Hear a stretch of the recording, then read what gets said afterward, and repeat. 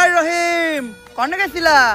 এ বাসার ময়লাগুলা ফালাইতে গেছিলাম ভাই। আপনি কোনে গেছিলেন?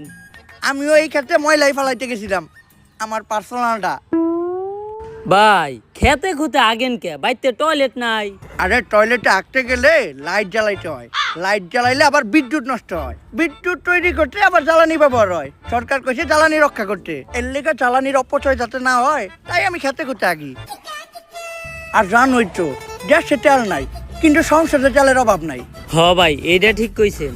আর কইও না কোন এক দেশে থাকি, মাঝে মধ্যে মনে হয় যে 2018 সালে চুল কালার করে টিকটক করলেই ভালো আসিল। হয়তো তখন 2-4টা চট্টাবুর খাইতাম, কিন্তু এখন থাকতাম দুবাই, লইতাম একটা গাই না হইলেও কোনো সমস্যা নাই, লইতাম একটা টিকনি, পরাই দিতাম বিকনি। উফ ভাই কন্ট্রোল, আপনার বয়স হইছে। আরে কন্ট্রোল কেমনে করি? দেশে তেলের অভাবে আমরা সামান্য গাড়ি চালাইতে পারি না, আর দুবাই ওরা এই গাড়িও চালায় এই গাড়িও চালায়।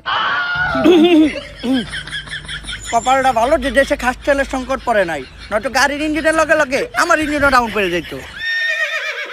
যাই হোক, পাম্পে যায় সিরিয়াল ডেগা, যে একটুখানি গাড়িতে তেল আসে ওইটা পাম্পে যাইতে যাইতে শেষ, পাম্প থেকে আবার যে একটুখানি তেল দেয় ওইটা বাসায় আইতে আইতে শেষ।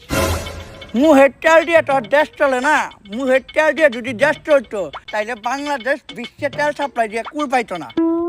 এখন দেখি আমাকে সরকার কি করে, এমনি করে তেল ছাড়া যদি দেশ আর 6 মাস চলে তাইলে প্রতি ঘরে ঘরে লাগে যাইব যুদ্ধ, হইয়া যাইব শেষ আমাকে সোনার বাংলাদেশ। যাও রহিম।